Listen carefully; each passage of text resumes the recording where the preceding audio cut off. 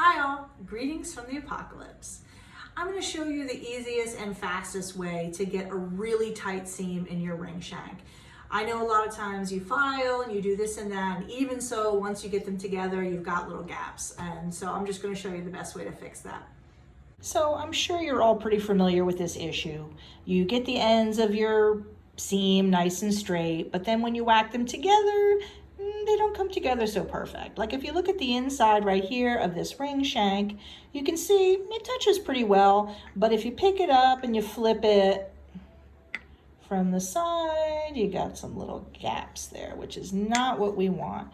And what that really comes from is that you never get the angle exactly right when you bend it together. Do you know what I'm saying? It's like even if the ends are straight to begin with, when you put them together like this, they're at a little bit of an angle. So you usually get a little bit of a V kind of situation going on. So I just want to make sure you can all see that. You see that gap right there? Now, I mean, a soldered seam can tolerate, some gappage. It's not the end of the world, but that's really a little bit more of a gap than I would like to see. So I'm going to show you how to get rid of that with a saw blade. Now, I'm not a huge fan of the bench pin because they tend to poke me in the boobs a lot, but for things like this, you really need them. So the main problem that I see people having when they're trying to saw the seam is they're going to take their saw. Well, let me tighten this up. I'm going to lean in. Get that nice and tight like that. And they're trying to either put it maybe in a ring clamp or whatever, and they're trying to hold it, and they're trying to go from the top. So that has a couple of problems. One is that your fingers may be in the way. And by the way, if you're ever sawing, your fingers can never be in the path of the blade. You think you can stop, you cannot. Momentum will drive you forward and you will cut yourself. And these blades are pretty sharp and it can be pretty painful, so don't do that. I'm not a big fan of ring clamps either because with the ring clamp, you have to squeeze one side really tight. You have to hold onto it, and any kind of pressure, you're fighting against it with your hand. And if any of you who have followed any of my videos know, clenching is the worst thing that you can do for your hands. It causes hand strain and nerve damage pretty easily, so it's something that I never recommend. So what's the easiest way to do it? What I'm going to do is I'm actually going to open up my saw frame so that it's open on the bottom, and I'm going to slide my ring shank through. Weep. And then I'm going to tighten it back up like that. And then all I'm going to do is I'm going to set it up someplace right here on my bench pin that's comfortable. Like you can make a little groove or something in here. I mean, remember, that's what these bench pins are for. You can cut them and grind into them and whatever to make comfortable spots to do things. So I'm going to set up so that my fingers are not in the path of the saw blade. Extremely important.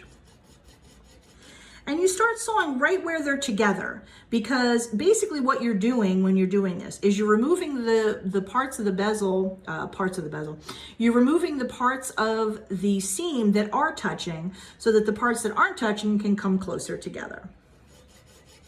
So you see, and I'm just doing this really light with no pressure, no stress, no clenching, and it'll just start going through.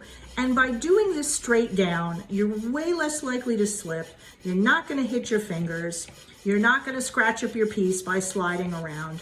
And it's always really in your best interest to try to set yourself up in a place that's comfortable. That you're not clenched up and you can just relax and let the tools do the work for you.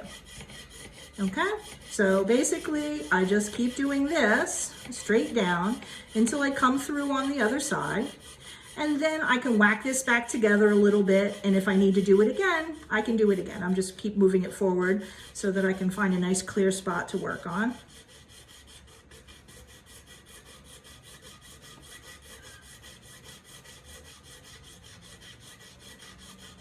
It's kind of mesmerizing, actually, that sound of sawing.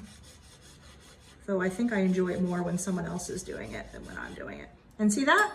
I've come through all the way on the other side. So I've taken out a little tiny slice, and I should now be able to whack this together completely and fill the space. Now, again, if not, I can whack it together and I can saw through again. But sawing straight down through the seam on your bench pin is the safest and most comfortable and most efficient way to do this. Okay? What I'm gonna do now is take my leather mallet and give it a little whack on the top. Maybe a tiny bit more right there. And there you go. Now it's nice and tight together, and I'm not going to have any problem soldering it. Yeah, that looks good. So here's the final look after I whacked it together. And you can see now the seam is together perfectly tight enough for all my normal soldering desires.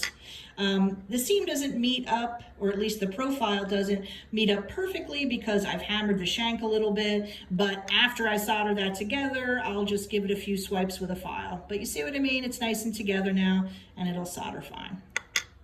That's it.